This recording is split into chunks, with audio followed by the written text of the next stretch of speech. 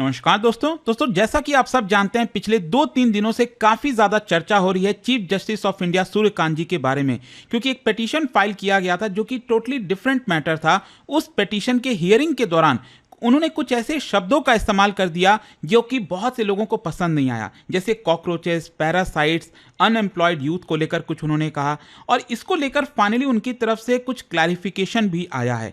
तो इस वीडियो के अंदर हम थोड़ा सा डिटेल में समझेंगे, जानने की कोशिश करेंगे कि आखिरकार वो पिटीशन क्या था और यहां पर उन्होंने ऐसा क्यों बोला, मतलब उनका जो क्लैरिफिकेशन आया उसको लेकर उन्होंने क्या बोला है और इसको किस तरह से हम इंटरप्रेट कर सकते हैं, वो सब कुछ मैं आपको बताऊंगा। चलिए आगे बढ़ते हैं, लेकिन उससे पहले आप सबको ये भी बता दूं, आप में से जो भी लोग यूपीएससी की तैयारी कर रहे हैं आप स्टडी आईक्यू के साथ जुड़ सकते हैं, क्योंकि यहां पर प्रीलिम से लेकर इंटरव्यू तक की पूरी पढ़ाई आपको यूपीएससी की कराई जाएगी एक सिंगल बैच में। इसके अंदर 18 बुक्स का जो पूरा सेट है वो आपके घर पर भेज दिया जाता है, पर्सनल मेंटरशिप मिलता है 1-to-1, सब कुछ आपको मिलेगा। ये फोन नंबर भी दिया हुआ है, आप इस पर चाहें तो कॉल करिए, सारी और जानकारी आपको मिल जाएगी। And use this code Ankit live maximum discount के लिए। चलिए शुरुआत करते हैं। सबसे पहले तो देखिए chief justice of India Suryakant कौन है। ये 53rd chief justice of India हैं, नवंबर 2025 में बने थे। और सीजीआई बनने के बाद देखो क्या है ना कि सुप्रीम कोर्ट के जज रह चुके हैं। जाहिर सी बात है, जब आप सुप्रीम कोर्ट के सीनियर मोस्ट जज होते हो तब आप चीफ जस्टिस ऑफ इंडिया भी बनते हैं। इसके पहले उन्होंने हिमाचल प्रदेश हाई कोर्ट में चीफ जस्टिस के तौर पर भी काम किया है और एडवोकेट जनरल ऑफ हरियाणा भी रह चुके हैं। मतलब वो पहले एडवोकेट थे, वहां से उनको प्रमोट किया गया और उसके बाद finally chief justice of India है। और बताया जाता है कि वो अपने स्ट्रांग ऑब्जर्वेशन के तौर पर जाने जाते हैं। कोर्ट रूम में बहुत सारे ऐसी उनकी टिप्पणियां होती हैं जो कि बहुत से लोगों को शायद पसंद नहीं आती। यहां पर जो अब्यूज होता है लीगल प्रोसेसेस का, उसको लेकर वो काफी ज्यादा कंसर्न व्यक्त करते हैं। अब क्वेश्चन ये आता है कि ये पूरा मामला था क्या। देखो, जैसा मैंने आपको बताया कि जो शब्द सामने आ रहे हैं मीडिया के, cockroaches, unemployed youth, parasites, actually अगर आप देखोगे यहां पर एक पिटीशन फाइल किया गया था जो कि टोटली डिफरेंट मैटर था।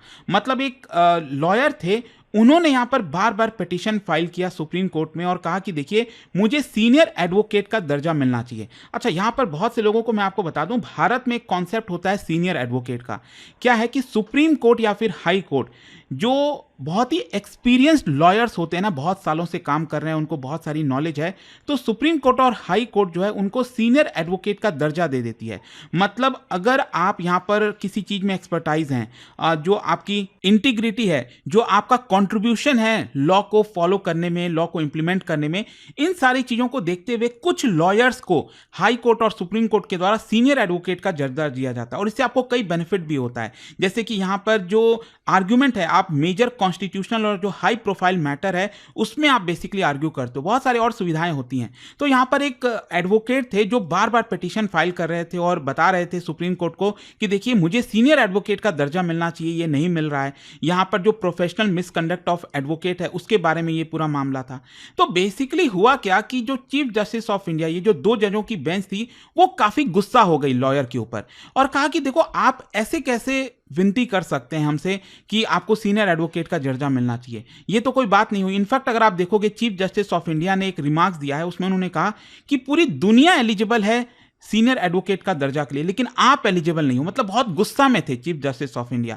उन्होंने पिटिशनर को यही बोला कि आप एलिजिबल नहीं हो। इनफैक्ट उन्होंने यह भी कहा कि अगर दिल्ली हाई कोर्ट आपको सीनियर एडवोकेट का डेजिग्नेशन दे भी देती है तो भी मैं उसको सेट असाइड कर दूंगा आपके प्रोफेशनल कंडक्ट को लेकर। यहां पर उन्होंने इनफैक्ट जो लॉयर का सोशल मीडिया कंडक्ट है उसके बारे में भी जिक्र किया कि जो लॉयर है ना, ये जो सोशल मीडिया के अंदर बहुत सारी चीजें लिखते रहते हैं, ये सही नहीं है। और इनफैक्ट सीजीआई ने यहां पर कहा कि there are already parasites of society who attack the system. Already हमारे समाज में बहुत सारे पैरासाइट्स हैं जो सिस्टम को अटैक करते हैं और आप भी उनका हाथ लेना चाहते हो, साथ ही साथ आप जुड़ना चाहते हो। इसके अलावा यहां पर उन्होंने और भी रिमार्क्स दिए। उन्होंने कहा there are youngsters like cockroaches who don't get any employment और have any place in profession.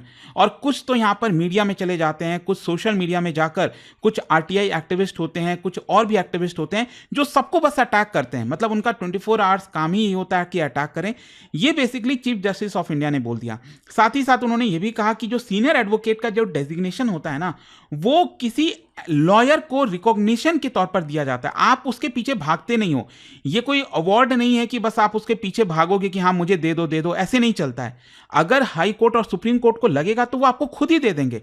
आप बार बार ये पिटीशन वगैरह फाइल कर रहे हो, ये सही नहीं है। तो पहले तो देखो, आई होप आपको समझ में आ गया होगा कि यहां पर पिटीशन था क्या, और इसी पिटीशन की सुनवाई के दौरान चीफ जस्टिस ऑफ इंडिया काफी गुस्सा हो गए थे और उसी के दौरान उन्होंने ये सारे रिमार्क्स दे दिए। लेकिन ये जो रिमार्क्स है वो एक बहुत बड़ी नेशनल कंट्रोवर्सी बन गई। यहां पर जैसे ये चीजें सामने आई तो लोगों को यही लगा ना कि भाई देखो, इस chief justice of India unemployment को लेकर, एक्टिविज्म को लेकर, जर्नलिज्म को लेकर, आरटीआई के इस्तेमाल को लेकर, इंस्टीट्यूशंस के क्रिटिसिज्म को लेकर बहुत ही नेगेटिव शब्द का इस्तेमाल कर रहे हैं। ये कॉकरोचेस क्या होता है, ये पैरासाइट्स क्या होता है, इसकी वजह से बहुत सारे जो ग्रुप्स हैं वो भड़क गए। सोशल मीडिया से लेकर हर जगह इसकी चर्चा होने लग गई, स्पेशली यूथ ग्रुप्स। यहां पर कई सारे जो यूथ हैं सोशल मीडिया पर, उनका कहना था कि देखिए आज के समय आप देखोगे हमारे देश के अंदर, समाज में काफी ज्यादा अनएम्प्लॉयमेंट है। और अनएम्प्लॉयमेंट ऐसा नहीं है कि जो पढ़े लिखे नहीं है उनका अनएम्प्लॉयमेंट, जो पढ़े लिखे मतलब जो नहीं पढ़े लिखे हैं उनका एम्प्लॉयमेंट तो छोड़ो, यहां पर जो ग्रेजुएट्स हैं उनको जॉब नहीं मिल पा रहा है,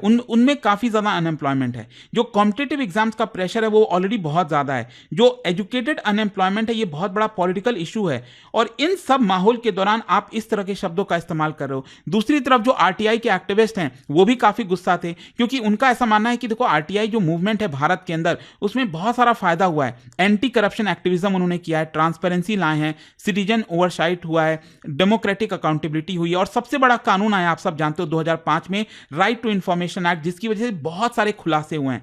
तो आप ये सबको नजरअंदाज करके जितने भी आरटीआई एक्टिविस्ट हैं उनको आप क्रिटिसाइज कर रहे हैं। ऑलरेडी आरटीआई एक्टिविस्ट को गोली मारी जाती है, उनको मर्डर कर दिया जाता है, उन्होंने कितने करप्शन एक्सपोज किए हैं, आप उसको नजरअंदाज कर रहे हो, आप उनको पैरासाइट बोल रहे हो, ये सही नहीं है। इसके अलावा मीडिया की तरफ से भी क्रिटिसिज्म आया। कई जो जर्नलिस्ट हैं, सिविल सोसाइटी के कमेंटेटर्स हैं, उन्होंने सीजीआई का जो टोन है, जो टोन में उन्होंने बात किया है, मेटाफर का इस्तेमाल किया है, ये सब कहीं ना कहीं उस चीज को क्रिटिसाइज किया गया है। अब कई जो मीडिया पर्सन हैं उनका ऐसा मानना है कि जो सीजीआई है वो कॉन्स्टिट्यूशनल ऑफिस को होल्ड करते हैं, तो वो जो भी बोलते हैं ना वो काफी मायने रखता है। स्पेशली आप चीफ जस्टिस ऑफ इंडिया हो तो आपको थोड़ा सा रिस्ट्रेन रखना चाहिए, न्यूट्रलिटी रखनी चाहिए, डिग्निफाइड लैंग्वेज का इस्तेमाल करना चाहिए। और इसी को देखते हुए जब इतना ज्यादा क्रिटिसिज्म आया तो चीफ जस्टिस ऑफ इंडिया उन्होंने यहां पर क्लैरिफिकेशन भी दिया। और देखो यहां पर उनका यह कहना था कि देखिए जो मीडिया है वो मिस कोट कर दिया उनको, मतलब जो उन्होंने ओरल ऑब्जर्वेशन दिया, क्योंकि देखो जब जजमेंट आता है ना तो उसमें या तो कुछ लिखा हुआ होता है, रिटन जजमेंट होता है,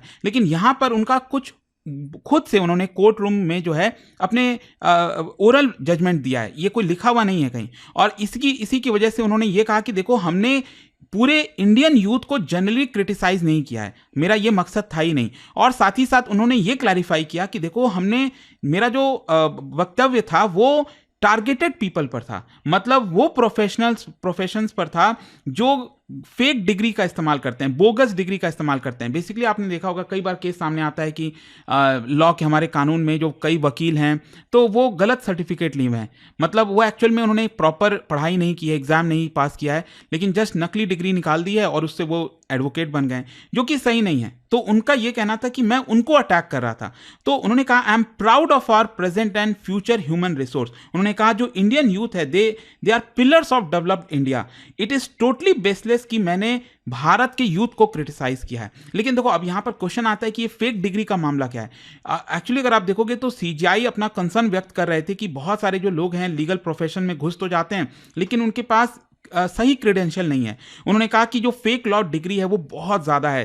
अगर आप जुडिशरी में देखोगे बार काउंसिल जो है वो उनके ऊपर एक्ट नहीं करता है क्योंकि उनसे वोट चाहिए होता है। सीबीआई को कहीं ना कहीं इसमें इन्वेस्टिगेट करना चाहिए। तो ये बहुत ही एक्सट्रीमली सीरियस इंस्टीट्यूशनल कंसर्न है और ये इंपॉर्टेंट इसलिए हो जाता है क्योंकि लोगों का भरोसा होता है जुडिशरी के ऊपर, पब्लिक ट्रस्ट होता है, प्रोफेशनल एथिक्स होता है। अगर कोई फेक डिग्री से एडवोकेट बनेगा तो इसकी वजह से बहुत सारे इश्यूज आएंगे, मिस कैरिएज ऑफ जस्टिस होगा। मान लो कोई आम आदमी है वो जाता है एडवोकेट के पास ये सोचकर कि वो एक्सपर्टाइज है, वो मेरे केस को जीतेगा, अल्टीमेटली केस मिस हैंडल होगा क्योंकि उसने सही से पढ़ाई नहीं की है, क्लाइंट को मिसगाइड किया जाएगा। इसके अलावा जो जुडिशियल क्रेडिबिलिटी है वो भी काफ़ी डैमेज होगी। क्रिमिनलाइजेशन ऑफ प्रोफेशनल एजुकेशन हो रहा है, फेक डिग्री का जो पूरा नेटवर्क है वो काफ़ी ज़्यादा चल रहा है, सर्टिफिकेट फेक बनाया जा रहा है, एजुकेशनल इंस्टीट्यूशंस करप्ट हो गए हैं, रैकेट्स हैं। तो इसको लेकर बेसिकली काफ़ी कंसर्न थे सीजीआई। लेकिन जैसा दोस्तों मैंने आपको बताया ना कि यहां पर भले कितना भी कोई कंसर्न हो, अल्टीमेटली आप एक कॉन्स्टिट्यूशनल पोजीशन पर हो और जो आप शब्द बोलोगे ना, आपको कहीं ना कहीं ये चीज़ समझना पड़ेगा। और इसीलिए यहाँ पर जो चीफ जस्टिस ऑफ इंडिया के जो शब्द हैं, उसको जो क्रिटिक्स हैं उनका कहना था कि इस तरह के शब्द इस्तेमाल करना, कॉकरोचेस, पैरासाइट्स, ये डीह्यूमनाइजिंग है। स्पेशली जब आप इसको लिंक कर देते हो अनएम्प्लॉयड यूथ से, तो जाहिर सी बात है इसको लेकर काफ़ी ज़्यादा क्रिटिसिज्म आएगा। लेकिन कई सपोर्टर्स भी थे, उनका कहना था कि जिस तरह से इंस्टीट्यूशंस का अब्यूज़ हो रहा है, उनके प्रति कड़े शब्दों का इस्तेमाल करना चाहिए। आई होप आप समझ रहे हो, दोनों तरफ से कुछ ना कुछ चीज़ें आपको देखने को मिलेंगी। अच्छा, यहाँ पर एक और चीज़ समझना है कि जो फ्रिवलस केसेस हैं इंडियन कोर्ट्स में, वो भी काफ़ी ज़्यादा चल रहे हैं। क्योंकि अभी ये वाला जो केस था उसमें यही था कि बार बार पिटीशन फाइल किया जा रहा था कि मुझे सीनियर एडवोकेट बनाइए। तो यहाँ पर इंडियन जुडिशरी के ऊपर काफ़ी ज़्यादा ब्लेम आता है कि इतने सारे केसेस पेंडिंग है और ये आलतू फालतू के केसेस जो है सुप्रीम कोर्ट को सुनना पड़ता है। तो चीफ जस्टिस ऑफ इंडिया इसकी तरफ भी यहाँ पर इशारा कर रहे थे। और साथ ही साथ मीडिया एथिक्स का भी डिबेट स्टार्ट हो गया। चीफ जस्टिस ऑफ इंडिया ने यहाँ पर मीडिया को लेकर कहा कि देखो ये सिलेक्टिव रिपोर्टिंग है। और तो मीडिया के अंदर भी देखो, इसमें दो साइड के आर्गूमेंट आ जाते हैं। एक साइड ये कह रहा है कि जो हेडलाइन है उसमें जानबूझकर इस तरह के शब्द डाले जाते हैं ताकि अगेन व्यूज को बिटोरा जा सके। यहाँ पर जो टीआरपी है उसका मसला आ जाता है। तो इसकी वजह से कई बार जो सीजीआई कहना चाहते हैं वो गलत तरीके से इंटरप्रेट किया जाता है। लेकिन दूसरा साइड ये कहता है कि देखो खुद सीजीआई ने ये शब्दों का इस्तेमाल किया। ये तो खुद चीफ जस्टिस ऑफ इंडिया को समझना चाहिए था ये चीज बोलने से पहले कि उनका जो स्टेटमेंट है वो कैसे लिया जाएगा। लेकिन देखो ओवरऑल ब्रॉडर सोशल कॉन्टेक्स्ट भी आपको समझना है। एक चीज समझिए, अगर हमारे देश में जो अनएम्प्लॉयड यूथ है, जो इतने ग्रेजुएट लोग हैं जिनके पास नौकरी नहीं है, अगर ये अनएम्प्लॉयमेंट की समस्या नहीं होती तो शायद ये मामला इतना नहीं उठता।